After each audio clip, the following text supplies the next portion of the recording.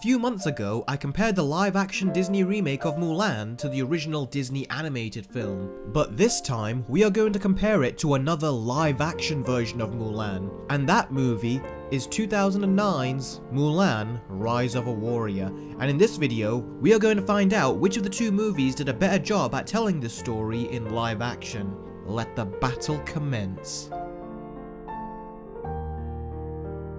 Now, Mulan Rise of a Warrior did something at the beginning of the movie that really did not sit well with me. It pretty much skipped the entirety of Mulan's home life, something that the animated movie beautifully showcased in order to establish how ordinary yet out of place Mulan is as a character. And I complained about the Disney remake cutting a lot of this down, and for the 2009 movie to do this, I was really disappointed. And it only got worse. We also find out in the 2009 movie that Mulan has been trained to fight as she was growing up. This got me really worried because I already saw a superpowered Mulan in the Disney remake. I did not want to see the same thing happen again, as this goes against the excellent character development in the animated movie where we see Mulan build herself up as a warrior from scratch. So I already was not confident with how the 2009 movie was skipping Mulan's life as a normal girl and showing that she is already a practicing warrior. But as I watched more of the movie, it suddenly hit me. This Mulan movie is less about showing Mulan's development at home. This movie is all about showing Mulan's development in the battlefield, as she has to witness so much death around her, and unlike the live-action remake, she actually emotes throughout the entire film, and she goes through various different stages of grief. She cries a bunch, she gets depressed, there comes a point where she's in command of the army, and after losing a close friend in battle, she pretty much gives up as the death toll becomes too much for her.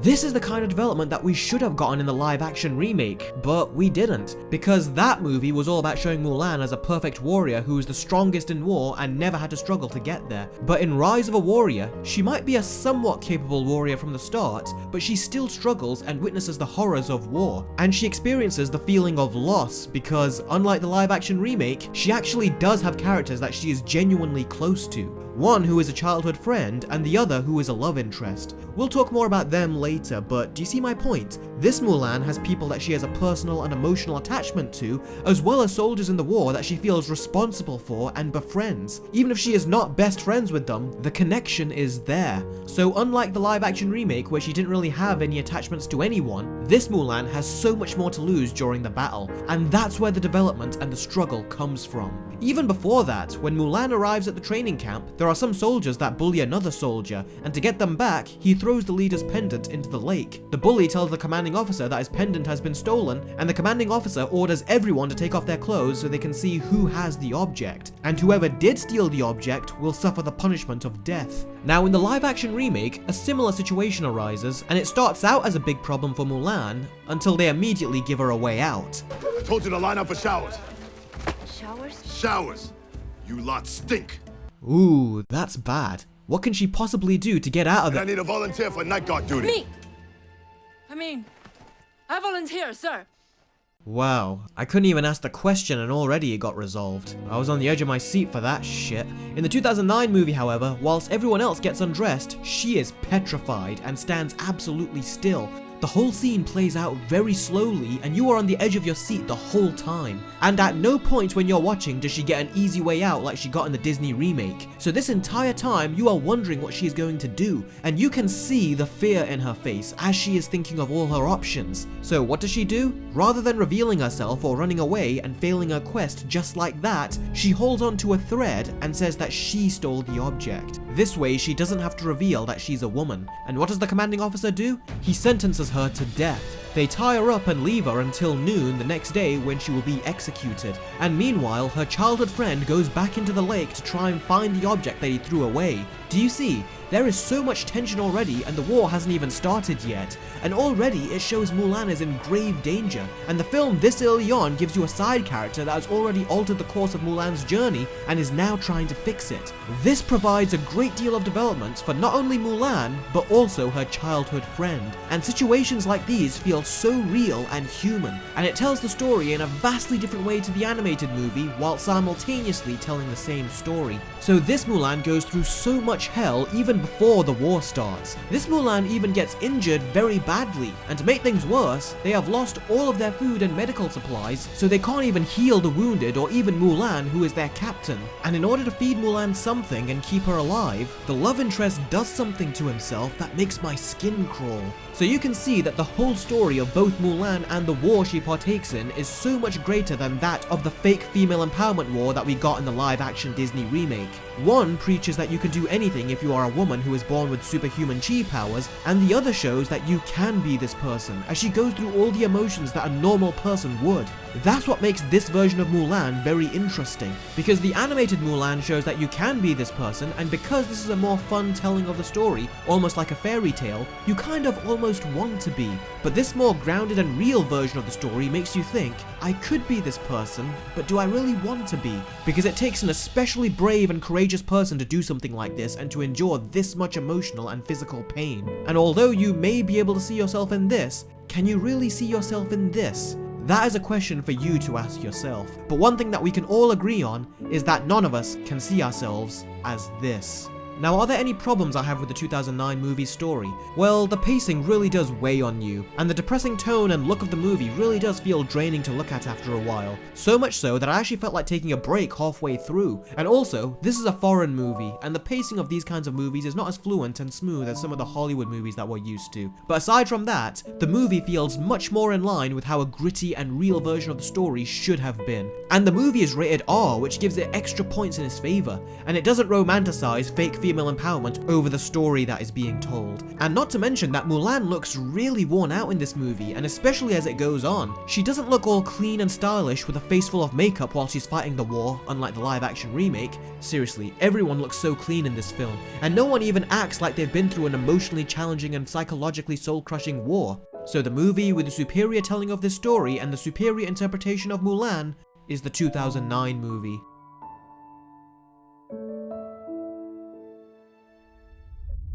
Now I want to very briefly talk about Mulan's family. In the Disney remake, you get Mulan's father, her mother, and her sister. In the 2009 movie, you just get the father. Now the mother in the remake is completely forgettable, and the sister, if you've seen my previous Versus video, then you know the disdain I have towards this character. So that leaves the fathers in these movies. Now in the 2009 film, he doesn't really get much screen time at all, because as I said earlier, the movie just rushes through Mulan's home life. And in the Disney remake, we get to see more of him, but in the end, it's all for nothing. He just doesn't have the genuine relationship with his daughter like in the animated movie, or even the 2009 movie for that matter, because even though we don't see much of him, we see that her father is very fragile and that she cares for him. She even has to trick him in order to take his medicine, and she does it lovingly for the well-being of her father and not begrudgingly.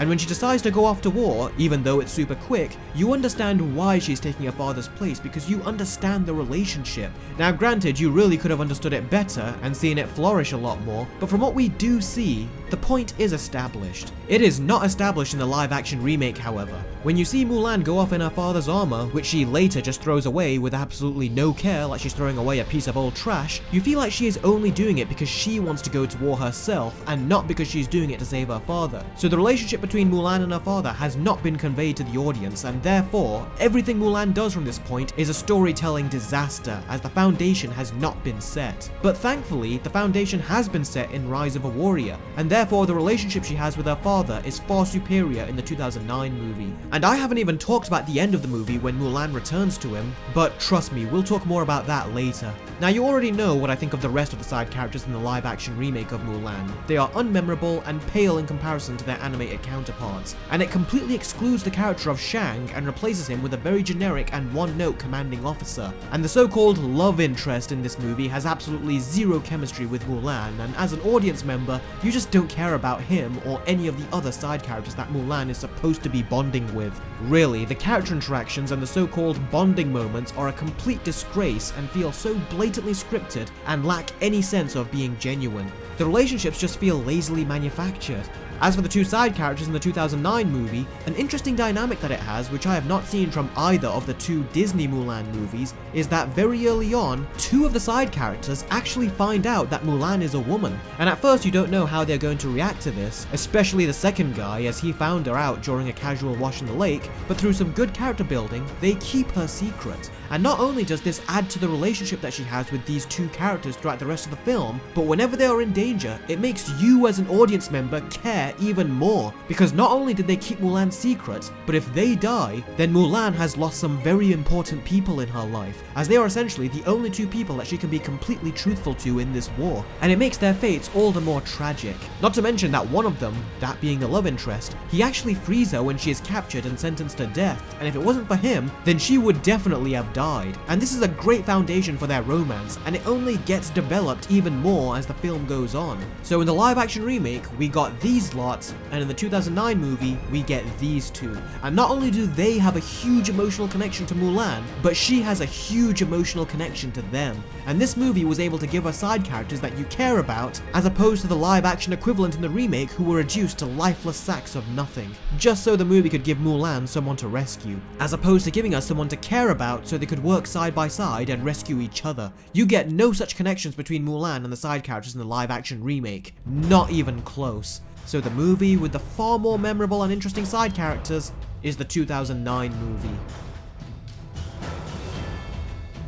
Now I want to start off by saying that the action in both of these movies is good, but it's not great. If you've seen movies like The Lord of the Rings or any other movie with this grand style of action, then this is not going to really impress you. The 2009 movie in particular will surprise you with its production value of these battles, and the sheer number of the army will impress you, but the actual fight choreography won't. Some of the action scenes are even done in a montage, as it is implied that this war is going on for a very long time. And I liked the way it conveyed the raw and gritty feeling of war, and how when one battle is fought and many people die, then they just fight another one. It almost feels like it's asking the question, is it even worth it? And yes, there is blood in this movie, which is both traumatizing and pretty cool to see in a Mulan property if you've grown up watching the animated version. And something I like about this war over the Disney remake is that the war doesn't look so clean, and the soldiers don't look so polished with a face full of makeup during the battles. Everyone looks very grimy and dirty and sweaty, and they look like they've been through a great ordeal, whereas all the characters in the live action remake do not. They don't even act like they've been through much when the battle is over, nor do they find a moment to mourn the loss of their fallen comrades. And excluding all of these things from the war really does just make the whole thing feel fake, and this should not be the case, especially when this is supposed to be the mature version.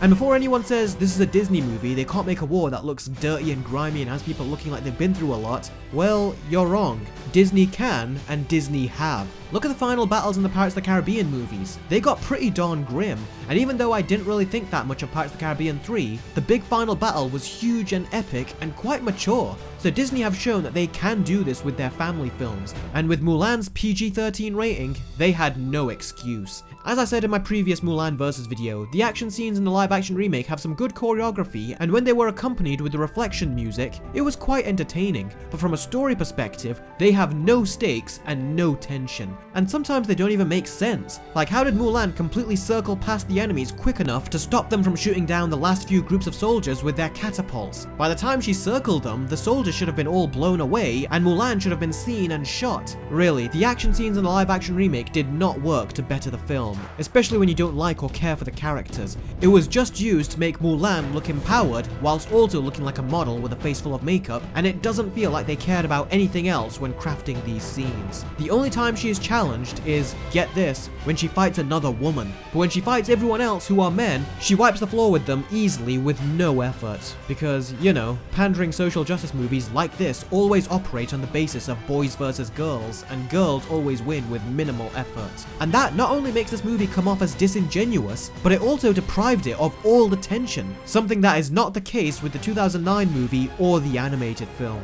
And unlike the live action remake, when the soldiers were dying in the 2009 movie, you felt that loss. Even if they weren't characters that were essential to the plot, the movie made an effort to make you care. And it's all of these things that really make the action scenes in this film.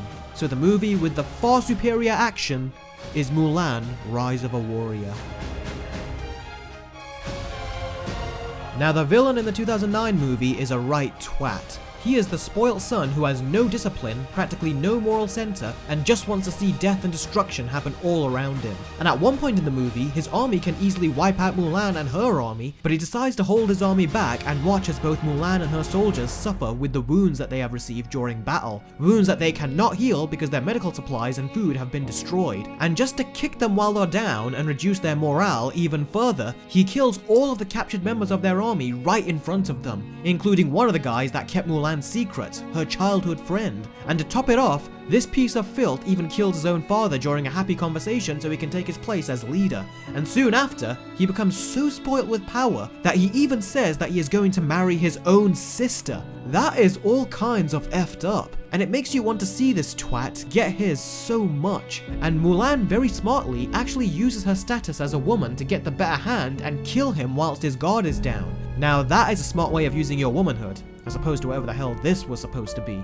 As for the villains in the live-action remake, one is a feminist witch who was not embraced by men, so she just starts killing them in retaliation, and the other is just a lesser version of Shan Yu from the animated movies, except here his motivations and the hold he has over the witch makes absolutely no sense. And that's pretty funny, isn't it? Disney said that they weren't going to include any talking dragons, lucky crickets, or musical numbers because it wasn't realistic, but they have no problem with giving us a magical witch as well as magic chi powers that magically makes Mulan a superhero, because, you know, that's totally realistic. And not to mention that in the 2009 movie, which actually is realistic, we actually get a musical number of sorts, and it was very smartly and emotionally incorporated into the film. Now, the villain in Rise of a Warrior may not be a hugely memorable villain with a great design, but he provided the movie with a legitimate threat, one that seems almost impossible to overcome, but through her hard work, teamwork, determination, and wits, Mulan ended up taking him down as a woman rather than her disguise as a man, and she didn't do it to preach about strong female empowerment. She did it as a tactical way to defeat the bad guy, and that is far more empowering and iconic than just chucking your father's armor away like it's nothing and foolishly revealing your identity to fight off the enemy. And when you look at the methods of the two Mulans and how they decided to reveal their identity, one did it as a tactical way to defeat the enemy, whereas the other did it to earn some social justice points from certain viewers at home who don't know how storytelling works. And here's something that will blow your mind. In the 2009 movie, Mulan never reveals her true identity. She only did it to kill the villain. So the villain in the 2009 movie works on his own, and he also complements Mulan as a character as well. That was not the case with the 2020 movie. So the movie with the superior villain is Mulan Rise of a Warrior. Something I found quite interesting is that, as you would expect, the live-action Disney remake chose an actress who would be looked at as the pretty Hollywood version of Mulan. The Mulan in the 2009 movie, however, looks so ordinary. Now, there's nothing wrong in getting a good-looking actor to play the main lead. I mean, that's one of the ways they make the main character stand out. But it is an interesting turn to go with a more generic-looking lead, as it doesn't make Mulan look like the friendly character that we know. It kind of makes her look a bit like a stranger in a way. And also, if I was to ask you how long Mulan fought in the war in the two Disney movies, how long do you reckon she was in the war? Go ahead, comment your guesses right now in the comments below, but I always thought that the training and the war went on for 2 to 3 months. 4 months tops, as when Mulan comes back, her whole family looks exactly the same. If she was gone for years, then you would see a difference. Maybe the grandmother would have died, and that goes for both Disney versions. Now in comparison, just guess how long this Mulan was gone for. Go on, place more guesses in the comments below. 5 months? 6 months? 9 months? 11 months? No.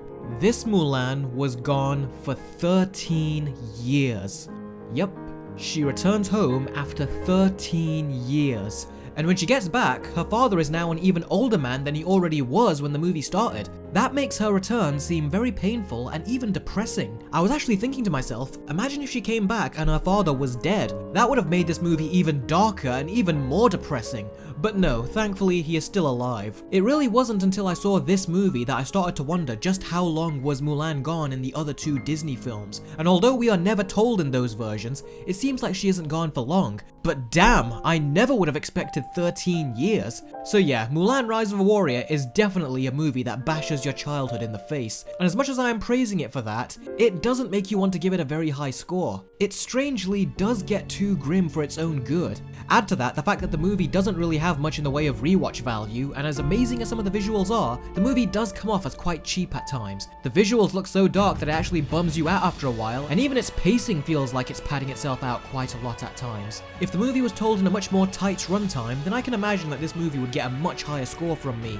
But as is, it gets a decent score, but not a great score. You all know this if you've seen my previous Mulan Vs video, but the live-action remake gets a 3 out of 10, and 2009's Mulan Rise of a Warrior gets a 6. It's worth noting that although my score for the 2009 movie is above average, this is the kind of storytelling path that the Disney remake should have gone for. It's a much more different and ballsy telling of the story, and yes, they couldn't have made it rated R, but a story like this doesn't need to be rated R. A PG-13 rating would have been good enough, and Disney have done great with PG-13 ratings in the past. Just look at what they did with the Pirates of the Caribbean movies, and look at what Christopher Nolan did with a PG-13 war movie. So it can be done, but Disney just wanted to try and appease the Chinese government who are murdering, raping and torturing men, women and children in their filthy concentration camps where they are holding Muslims. And thankfully, it cost them a lot of money. And now, the hypocritical studio wants to make Miss Marvel, a movie about a Muslim female character because they care about representation, even though the very person they are trying to represent, they are directly supporting in their kidnapping, sterilization and torture if it means getting them more money. Because God knows they don't have enough of that already. I suppose that's one good thing that we can add to the incredibly short list about the pandemic. Disney are losing crap tons of money, the very thing that they are willing to go to disgusting lengths to obtain. But yeah, Mulan 2009 is good and showcases the weakness and vulnerability of Mulan, whereas Mulan 2020 is bad and showcases that Mulan doesn't have any weaknesses and vulnerabilities and just shows that she is a superhero with magical chi powers. And I will leave you with this. For all the talk about only women directing female-led movies as only they should be allowed to direct for them, just remember this. Mulan 2020 was directed by a woman, and Mulan 2009 was made by 2 men. The evidence in many cases has shown that men can write and direct female characters far better than most of the women directors Hollywood are hiring nowadays, and the men that have directed them have gone on to make them iconic.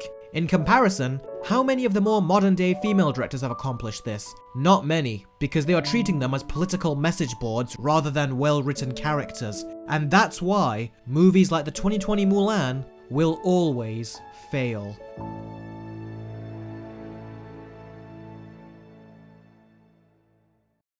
So, that's it for another video. Let me know in the comments below what you thought of Mulan Rise of a Warrior and how you think it compares to the so-called mature Disney version. To me, the 2009 movie only further proves what a massive missed opportunity the Disney remake was. Please give this video a thumbs up if you liked it, as the more likes the video gets, the more likely it is going to be recommended by YouTube's algorithm. And it will make even more people aware of this video and show them what we could have gotten with a live-action interpretation of Mulan. Thank you so much for watching, guys, and I will see all of you next time. Take care.